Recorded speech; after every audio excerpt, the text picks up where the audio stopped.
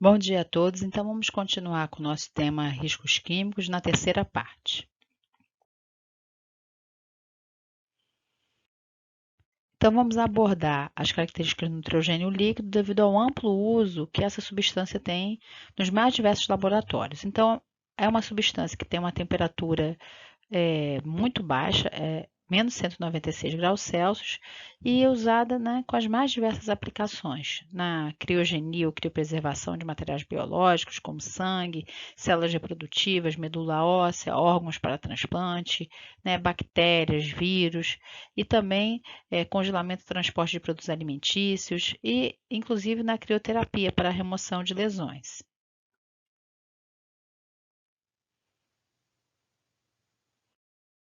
Muitos protocolos de rotina de laboratório usam o nitrogênio líquido para romper a parede celular e retirar os ácidos nucleicos, né, no interior das células durante o processo de maceração. Então, isso se faz aí com plantas, com bactérias, com micro-organismos.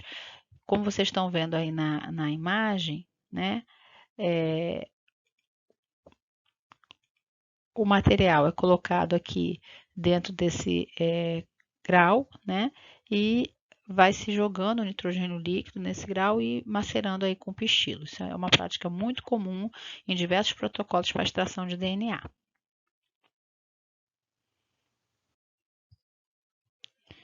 Bem, então se nós pensarmos que uma substância com uma temperatura de menos 196 graus Celsius, o que aconteceria se essa substância entrasse em contato com a nossa pele?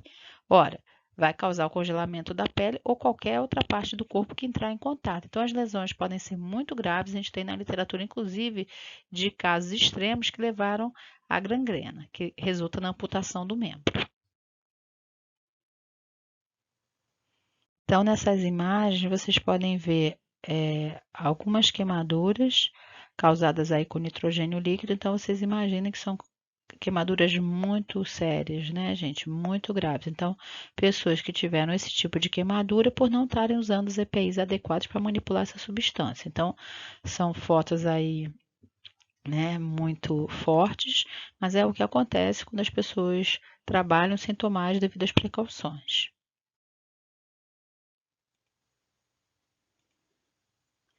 Bem, gente, mediante tudo que eu comentei até agora, o que vocês acham que tem errado aqui com esse manipulador? O que ele está fazendo de errado? Então, a gente tem aqui um botijão de nitrogênio líquido, né? No qual ele está aqui manipulando as amostras, ele está usando aqui um jaleco. Bem, ele está manipulando uma substância a menos 196 graus Celsius. Então, o que isso pode acarretar de risco? Qual é o risco aqui? E o que ele está fazendo errado?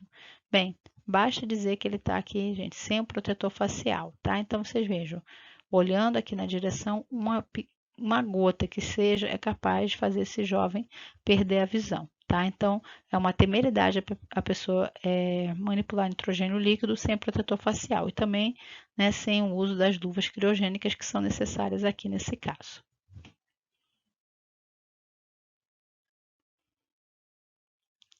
Aqui uma outra imagem, essa imagem aqui é de um laboratório na Polônia. Vejam, gente, que absurdo, né?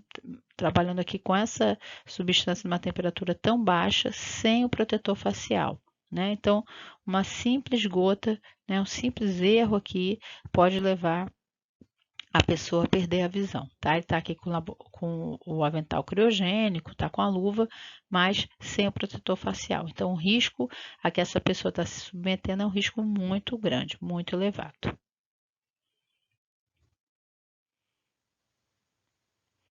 Bem, além da queimadura por sua baixa temperatura, o nitrogênio também pode causar morte por asfixia.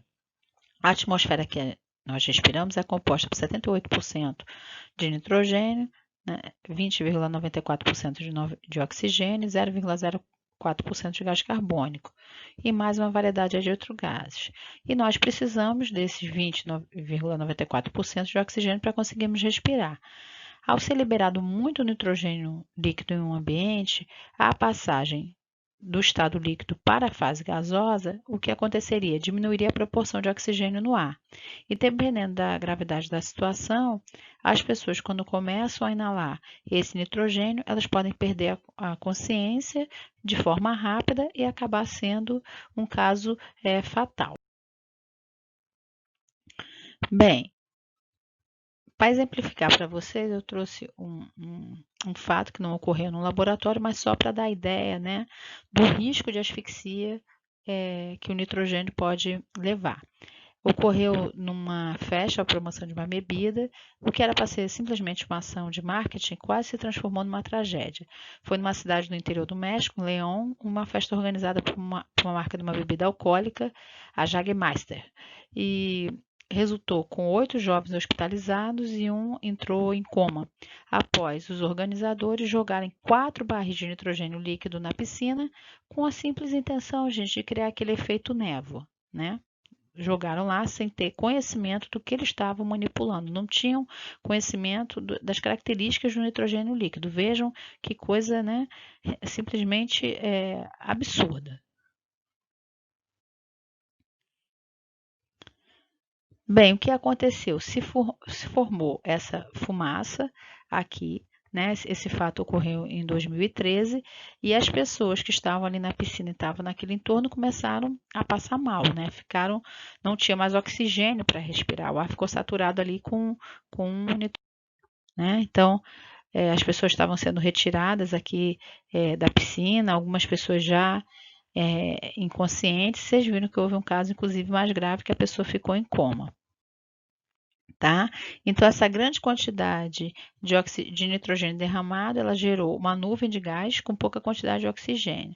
Então, foram 9 pessoas hospitalizadas, né? Sendo que uma ficou em coma e ainda bem que se recuperou após alguns dias internada. Então, gente, quando as pessoas começam a manipular substâncias químicas sem ter noção, sem ter conhecimento daquela substância que está sendo manipulada, coisas terríveis podem acontecer. Tá? Então, esse foi um exemplo, não é um exemplo de laboratório, mas só para as pessoas terem noção ao manipular esse tipo de substância. Então, nós vimos nas aulas anteriores que quando eu não conheço uma substância, o que eu devo fazer?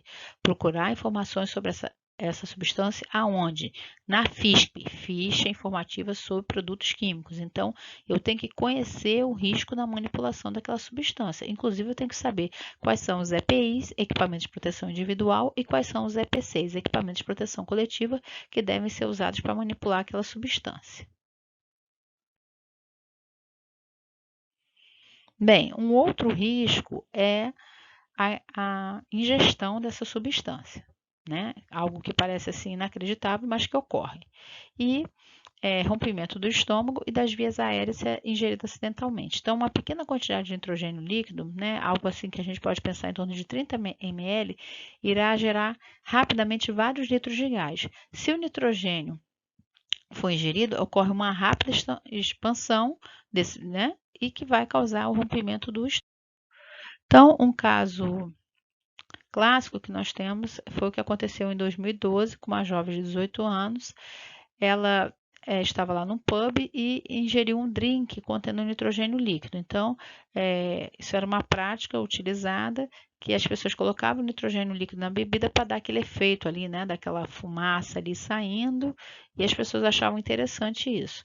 Ora, gente, ela bebeu, né, nitrogênio líquido. Então, ela está bebendo uma substância, né, numa temperatura muito baixa e veja o que aconteceu.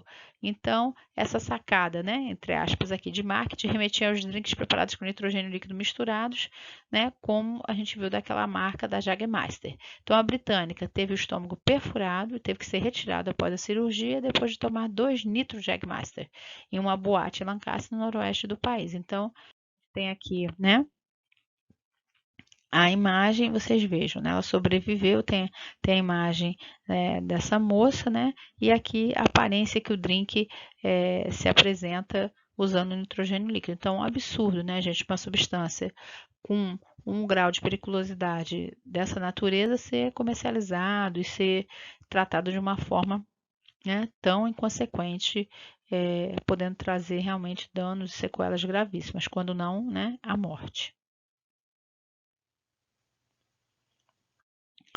E um outro risco de nitrogênio líquido é o perigo de explosão se deixado em recipiente fechado. Então, pelo motivo da rápida expansão ao passar do estado líquido para o gás, o nitrogênio pode causar aumento perigoso de pressão se deixar dentro de algum recipiente que não permita o alívio dessa pressão, tá? Até abrindo aqui um parênteses, é muito importante, inclusive, quando se transporta botijão de nitrogênio líquido, se compra nitrogênio líquido, às vezes não são nem entregues por empresa, as pessoas vão buscar nos locais da empresa, eles têm que vir em carro aberto, né? Tem todo um risco aí no transporte dessa substância.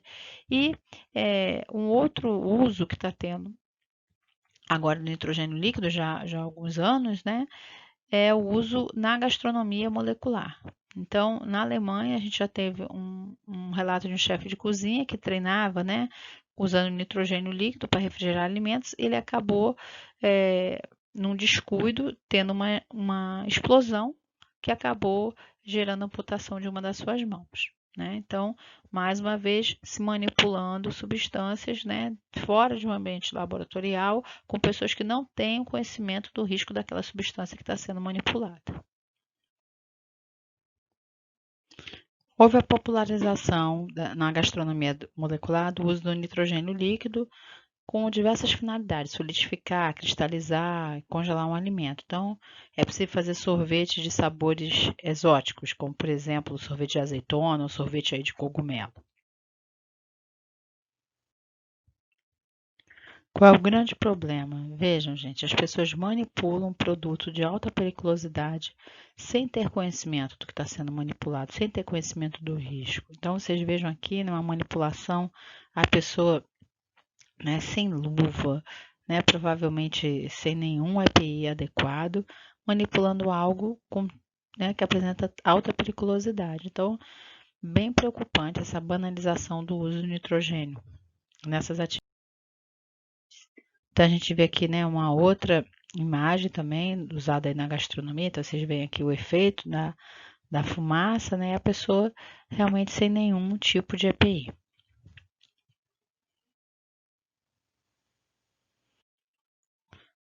Bem, para meu espanto, né, fui fazendo uma pesquisa e eu não tinha conhecimento desse uso nos Estados Unidos do nitrogênio líquido, que eu vou narrar aqui para vocês. Então, em 2018, a FDA, que é o órgão americano para regulamentação da alimentação e medicamento, ela já estava avisando, alertando aos consumidores do perigo de se ingerir alimentos preparados com nitrogênio líquido. Né? Então, de acordo com a declaração da FDA, a ingestão pode causar ferimentos graves, como a gente viu no caso do drink, daquela jovem, né? Incluindo danos aos órgãos internos, naquele caso que foi narrado. Então, alimentos como sorvete, cereais ou coquetéis preparados com adição de nitrogênio líquido estavam aí na mira da FDA. Então, a FDA, ela tomou conhecimento de ferimentos graves, em alguns casos inclusive com risco de vida, causados aí pela ingestão de nitrogênio líquido que estava presente aí na comida ou na bebida. E um outro fato também, né, além da ingestão, se deve à inalação do vapor que é liberado por um alimento ou bebida preparado com nitrogênio líquido. Antes do consumo também pode causar dificuldade respiratória, principalmente pessoas que já têm asma. Né? Então, essa tendência do uso do nitrogênio líquido se instalou em parte do país, onde pedaços de cereais, de fruta ou queijo são cobertos com nitrogênio líquido e emitem um vapor que vocês viram que fica ali como se fosse uma fumaça. Então, logo depois de comer essas guloseimas, as pessoas expelem fumaça pelos seus narizes e bocas, parecem com um dragão. Então, isso aí é chamado nos Estados Unidos de bafo de dragão. Né? Então, chamados aqui, né, de respiração de dragão, respiração do céu, uma pitada de nitro. São populares, né, em feiras estaduais, em carnavais, quiosques de shopping e algumas sorveterias. Então, algo assim, gente, realmente que me causou um assombro, né? Eu não sabia desse uso do nitrogênio líquido dessa forma, né? E eu fiquei assim surpresa, inclusive porque muitas das pessoas que ingerem esse tipo, né, de produto são crianças, como vocês. Então, vocês podem ver aqui duas crianças consumindo os produtos que têm essa utilização de nitrogênio líquido, né? E achando muito interessante porque elas estão aqui fazendo o bafo do dragão. Então, obviamente, acredito que os pais que ofertam esse tipo de alimento aos seus filhos, eles não têm conhecimento do risco, realmente, né, do perigo ao se ter contato com esse tipo de produto. Então, gente, o vídeo é estarrecedor, tá aqui o link se vocês quiserem ver o vídeo aqui dessas crianças ingerindo esses alimentos. Então, a FDA estava aí notificada e deve ter tomado as suas providências, né? Então, algo que realmente é a banalização total de um produto que tem um risco muito elevado. Bem, agora eu vou apresentar para vocês uma parte da dissertação do Luiz Eduardo Carvalho Paes, que ele fez em 2017, que eu achei muito interessante, que primeiro ele fez um diagnóstico dos problemas ali com a manipulação de nitrogênio líquido e depois encontrou as soluções. Foi muito interessante, eu acho que foi uma dissertação muito interessante, que é o diagnóstico do problema e a solução, né? Então, mostrando que é possível, muitas vezes, né, sem ter um grande orçamento, lógico, né, é necessário um orçamento, mas assim, um grande orçamento conseguiu resolver problemas, né, muito fortes que se tinha nesse local, né? Então, essa dissertação desenvolvida pelo Luiz Eduardo, ele desenvolveu um projeto, esse projeto, uma parte do fomento dessa pesquisa era para um programa de objetivos e metas. Então, o que acontecia? Esse laboratório é o Laboratório de Pesquisa Clínica e Vigilância em Leishmaniose, do Instituto Evandro Chagas, na qual eles têm muitas dessas amostras que são mantidas em botijões de nitrogênio líquido, são criopreservadas. E há uma constante necessidade pela evaporação de nitrogênio líquido de se reabastecer esses botijões. Então, isso era uma prática, né, uma certa rotina de se transferir nitrogênio, se reabastecer esses botijões. Então, aqui a gente vê uma pessoa que é do serviço de infraestrutura que vem com um botijão de nitrogênio líquido para reabastecer o outro. Então, a gente já vê vários problemas aqui. Um que a gente ressalta é um risco que a gente vai comentar nas aulas futuras, que é o risco ergonômico, ou seja, a pessoa está levantando um peso, né, excessivo aqui para poder verter esse nitrogênio para reabastecer aqui esse botijão. Outra, gente, é que esses botijões eles ficavam no corredor, que é algo assim, né, realmente muito perigoso. Então, vocês podem ver que essa pessoa ela não está usando os EPIs adequados. Vejam, né, a gente vê aqui nessa imagem que uma parte do braço está exposto. Então, vejam que perigo, né, ao se realizar esse reabastecimento sem as pessoas estarem utilizando aí os EPIs adequados.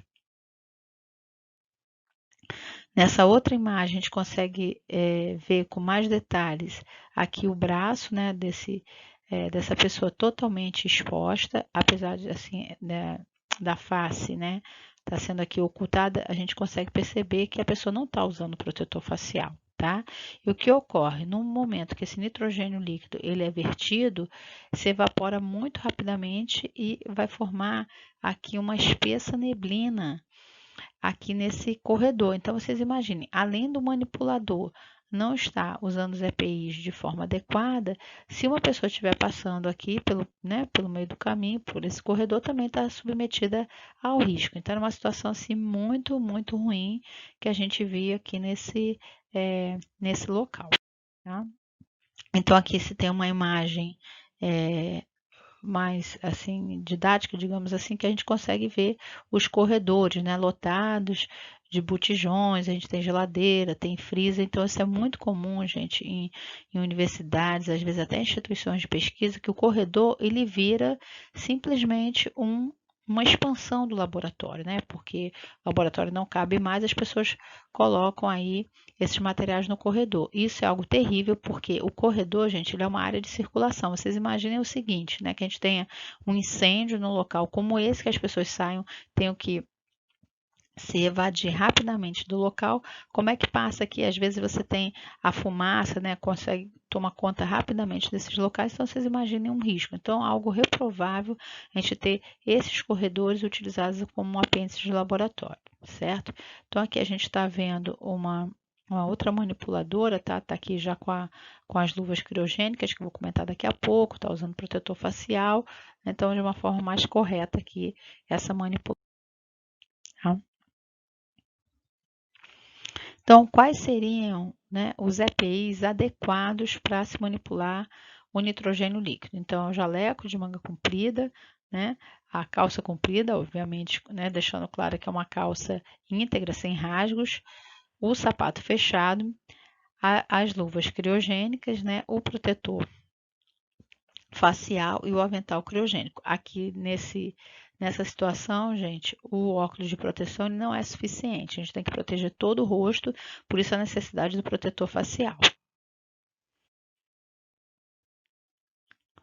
Bem, aqui tem uma imagem das luvas criogênicas, que são realmente as luvas adequadas para manipulação de materiais a baixas temperaturas, né? Elas são confeccionadas de nylon cordura 100%, à prova d'água na parte externa, com 3 camadas de materiais isolantes na parte interna. Então, tem um alto nível aí de proteção para as mãos e braços, com pessoas que estão manipulando com esses materiais com temperaturas extremamente baixas.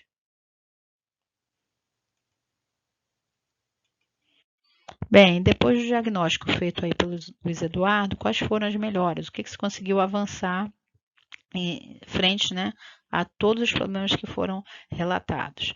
Bem, se conseguiu né, se negociou lá nesse local a criação de uma sala de criogenia, então todos esses procedimentos não eram mais realizados no corredor, e sim nessa sala de criogenia. Essa sala era climatizada, tinha lá o ar-condicionado, então essa temperatura, né, mantida ali em torno dos 20 graus, que diminuía essa evaporação ali do nitrogênio líquido. Nessa sala de criogenia tem a presença aqui do oxímetro, que era para monitorar a concentração de oxigênio, né? Lembre-se, né? O nitrogênio líquido pode levar à asfixia. Então, se existe ali esse controle dessa concentração de oxigênio para esse manipulador que está ali dentro da sala de criogenia não ter problemas com a saturação de nitrogênio no ambiente. Além disso, se tinha um exaustor também na sala para recolher ali, fazer a exaustão desses gases que eram formados, e se tinha aí os alarmes, né, visuais e sonoros, se essa concentração de oxigênio ela ficasse baixa, né, abaixo do nível ali que é considerado adequado, né? E além disso, foram disponibilizados os EPIs, tá? Então vejam aqui, né, a luva criogênica, protetor facial, né? A gente vê aqui, né, o jaleco, uma imagem completamente diferente do que a gente viu, né, ali no início, que foi diagnosticado ali como as falhas. Então, gente, realmente um trabalho assim bem interessante que eu trouxe aqui para vocês verem, de realmente se perceber, né, os erros, os riscos que as pessoas que estão manipulando essas substâncias estão sendo submetidas, tá? Achei assim bem interessante e fica aqui para vocês entenderem. Essa parte aqui da transferência eu vou comentar com mais detalhes numa aula que a gente vai ter riscos ergonômicos. Eu vou aproveitar esse trabalho do Luiz Eduardo para comentar com vocês aqui essa transferência sem necessidade de levantamento de peso, tá bom? Vou deixar para comentar sobre isso mais à frente. Bem, gente, mediante tudo isso que a gente viu, acho que ficou bem claro, né, todo o risco que se tem na manipulação do nitrogênio líquido. Ora, ninguém vai poder fazer um protocolo com nitrogênio líquido em laboratório? Não, não sou isso que eu estou dizendo. Pode se realizar, eu mesmo trabalhei muito com nitrogênio líquido durante o meu doutorado e meu pós-doutorado, e a gente trabalha na rotina de laboratório. Agora, eu tenho que conhecer o risco do que eu estou manipulando. Né? Eu tenho que saber os EPIs que eu tenho que utilizar, os EPCs que porventura eu tenho que utilizar, eu tenho que conhecer o risco daquela substância. Se eu conheço e eu tomo todas as precauções, eu minimizo, né, muito a probabilidade de acontecer acidentes. Bem, mas como eu já comentei com vocês em outras oportunidades, né, muito depende do bom senso, né? Então, essa imagem, né, gente, me foi cedida aqui em confiança, né, até oculta aqui o nome do laboratório. Então, vocês estão vendo aqui o botijão de nitrogênio líquido, aí aqui aquele horário depois do expediente, que o aluno tem acesso, achou muito engraçado botar aqui uma garrafa de Coca-Cola no nitrogênio líquido. Então, gente, esse tipo de brincadeira, esse tipo de comportamento, ele é muito ruim, tá? São acidentes que podem acontecer no laboratório, vocês podem ver, né? A pessoa está aqui sem jaleco, sem, né, não tá com a luva, sem jaleco, obviamente não deve estar com protetor facial, né? Então, coisas muito ruins, né, gente, que a gente fica tendo acesso a essas informações, eu só posso lamentar. Por isso que a disciplina de biossegurança ela vem muito nesse sentido de alertar, de esclarecer os riscos, de mostrar que as pessoas têm que ter uma postura condizente, né, ao trabalho de laboratório. Então, nessa mesma linha, eu tive um relato, isso aí foi o que a gente chama de comunicação pessoal, de um aluno, né, que ele tinha um colega de laboratório, também trabalhava lá com nitrogênio líquido, e esse colega de laboratório estava com uma verruga, né? Aí ele, né, conhece aí, já ouviu falar das técnicas, né, de criogenia no tratamento aí de lesões, né, de remoção de verrugas. Então, para que ele iria, né, comprar um produto como Points, por exemplo, né, para fazer esse tratamento na verruga? Ele achou que era muito mais prático enfiar ali o dedo com a verruga no nitrogênio líquido. Então, ele tinha um problema que era a verruga. Agora ele tem dois problemas, né? Ele tem a verruga e a queimadura que foi ocasionada pelo contato a uma substância a menos 196 graus Celsius. Então, gente, bom senso é uma coisa importantíssima, né? Você tem que ter o conhecimento e você tem que ter um bom senso para evitar esse tipo, né, de postura, esse tipo de comportamento dentro de um laboratório. Bem, encerrando esse assunto de nitrogênio líquido, passando aqui para outro assunto, o que fazer quando eu tenho um acidente no laboratório com derramamento de produtos químicos? Estou ali manipulando uma substância química qualquer e né, o frasco cai, ele é derramado, uma substância ali, eu estou preparando ali uma solução no balão volumétrico e ele cai, quebra ali no chão. O que eu tenho que fazer? Quais são os passos que eu devo tomar para agir numa situação como essa? Primeiro eu tenho que saber ali o que foi derramado, tá? Eu tenho que relatar, olha, eu estava trabalhando com ácido, com uma base, eu tenho que saber o que foi derramado. Bem, primeiro eu isolo a área, não deixo ninguém mais passar para lá e comunico a todos ali do laboratório. E antes de entrar na área, as pessoas devem estar usando aí os EPIs adequados. Bem, uma coisa muito importante, gente, é caso essa substância que tenha sido derramada seja inflamável, não se deve acender a luz ou outras fontes de ignição, tá? Então, mantém-se tudo apagado para a gente não ter problemas ali de gerar faíscas que venham a causar ali incêndio, tá? Bem, muito importante, gente, quando a gente entra no laboratório, tá? É uma informação importantíssima. Entrei no laboratório, vou ali fazer uma iniciação científica nesse laboratório, eu tenho que saber onde é que é a chave geral do laboratório, porque, né, num princípio de incêndio ou qualquer né, fato dessa natureza, eu tenho que ir lá e desligar a chave geral, tá? Se eu tiver acesso, se for possível, eu desligo a chave geral para evitar realmente que essa situação pior. Então, no caso de derramamento de produtos químicos, se desliga ali o ar-condicionado, né, os equipamentos e todos os usuários devem saber realmente onde fica essa chave geral do laboratório. Pode parecer uma bobagem, mas às vezes a pessoa não tem a menor noção de onde fica essa geral. Isso é uma informação que a gente tem que ter até na nossa casa, né? Se a gente tem uma situação dessa na nossa casa, a gente tem que desligar a chave geral, tá? Então, essa é uma informação importante. Bem, se eu tenho líquidos, né, inflamáveis, tóxicos ou corrosivos, eu vou interromper o trabalho, advertir essas pessoas, né, e eu vou ter que fazer a limpeza desse líquido que está ali, onde houve esse derramamento, né? Então, como que eu procedo essa limpeza? O que eu uso para fazer essa limpeza? Né? Eu vou usar, gente, um produto absorvente que eu vou comentar com vocês quais são os produtos que a gente tem aí disponível para usar como absorvente, né? Com auxílio de depois que eu adiciono ali o absorvente, com auxílio de uma vassoura e pá, eu vou recolher e vou, né, transferir aí para um recipiente adequado para caminhar para o descarte. Então, depois de promover a limpeza, né, é importante ter uma ventilação, exaustão ali do local, tá? Então, muitas vezes você tem que abrir a janela, porque forma ali, né, aqueles vapores, às vezes fica um cheiro muito forte, então é importante depois da remoção que tenha essa circulação de ar aí no local. No caso de derramamento de produtos ácidos, eu posso usar a vermiculita, as mantas de polipropileno ou as terras diatomáceas. Nessa imagem aqui, nós estamos vendo as mantas de polipropileno. Então, vendo essas caixas aqui, e a gente adiciona essa manta absorvente no produto químico que foi derramado.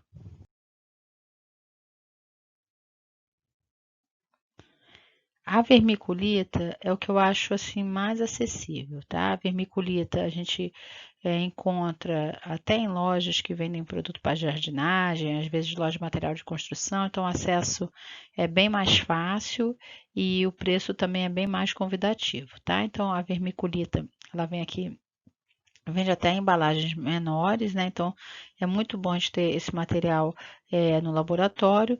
Derramou, né? A gente já bota a vermiculita que tem esse poder absorvente e depois recolhe lá com a vassoura e com a pá. Então é o que eu aconselho porque o custo é o custo mais baixo que a gente tem entre aquelas opções que eu apresentei para vocês.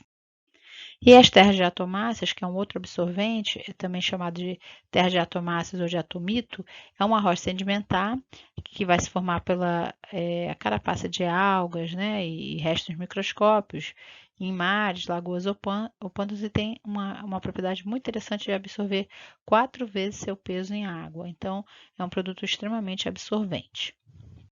Tá? A gente está vendo aqui a imagem dessas terras diatomáceas. Tá? Produtos orgânicos, também como solventes ou óleos, qualquer um dos três exemplos que eu dei também é adequado para absorção.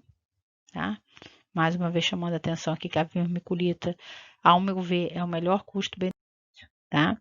Agora, os álcalis, a vermiculita e as terras diatomáceas também são mais adequados, tá? As mantas de polipropileno não são adequadas aqui para quando a substância derramada são os álcalis. Então, gente, é importante a gente ter algum desses absorventes no laboratório, para no caso que isso aconteça, tá bom?